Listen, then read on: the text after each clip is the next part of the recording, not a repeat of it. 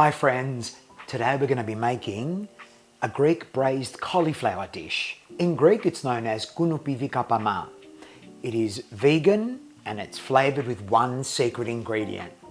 Watch the video to find out. Let's begin with the cauliflower.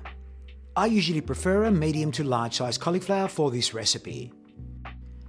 Begin by removing the outer green stems with your hands.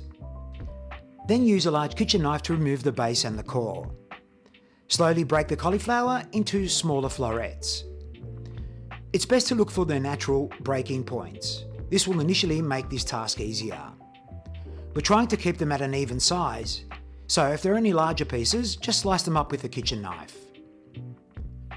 Heat the Greek extra virgin olive oil in a large pot at a medium heat.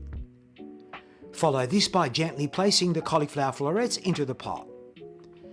We want to fry them slightly and get a little char on them. Just listen to that sizzle.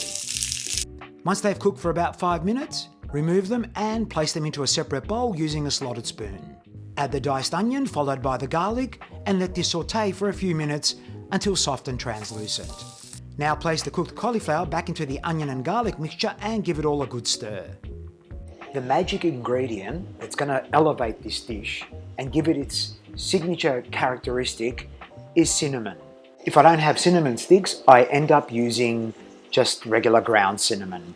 I just place it in along with some of the other ingredients and you watch this dish become something different.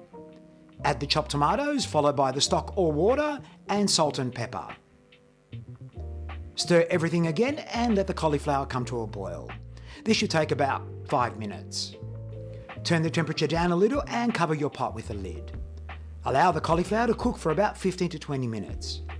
To test if it's ready, pierce it with a knife. It should easily slide in and out. Serve it up with some Greek feta. Don't forget the bread to dip into that beautiful sauce. The full recipe is available on my blog. I'll have a link in the description below.